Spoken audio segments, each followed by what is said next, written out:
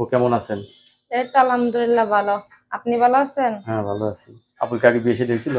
হ্যাঁ, হয়েছিল তো। এখন বর্তমানে স্বামী ছাড়া। কতদিন ধরে স্বামী ছাড়া আছেন? আছে, বেশি দিন না, 6-7 মাস। 6-7 মাস ধরে স্বামী ছাড়া আছেন। হুম। এখন বিয়ে বসবেন আবার? হ্যাঁ, ইনশাল্লাহ সেরকম যদি মনের মতো পাই তাহলে তো অবশ্যই বসবো। অনেকে তো বউ চলে গেছে, অনেকের বয়স হয়ে গেছে, বউ সমস্যা নাই। নাই, আমার বয়স্ক মানুষই দরকার। আমি অল্প বয়সে ছেলে দিয়ে কি করব? আমিও ছোট মানুষ, আমার মানুষ দরকার বড়, যাতে সে আমার কষ্ট বোঝে, আমার সবকিছু বুঝে আমার পাশে থাকে। সবকিছু বুঝে যাতে আপনার পাশে থাকে, ঠিক না? জি। আচ্ছা, রাতে ঘুম হয় তো এই চিন্তায়? ঘুমায় না। ঘুমাবো কিভাবে? মনে মানুষ না থাকলে ঘুমায়? খামো কিভাবে, চলুম কিভাবে, থাকুম কিভাবে?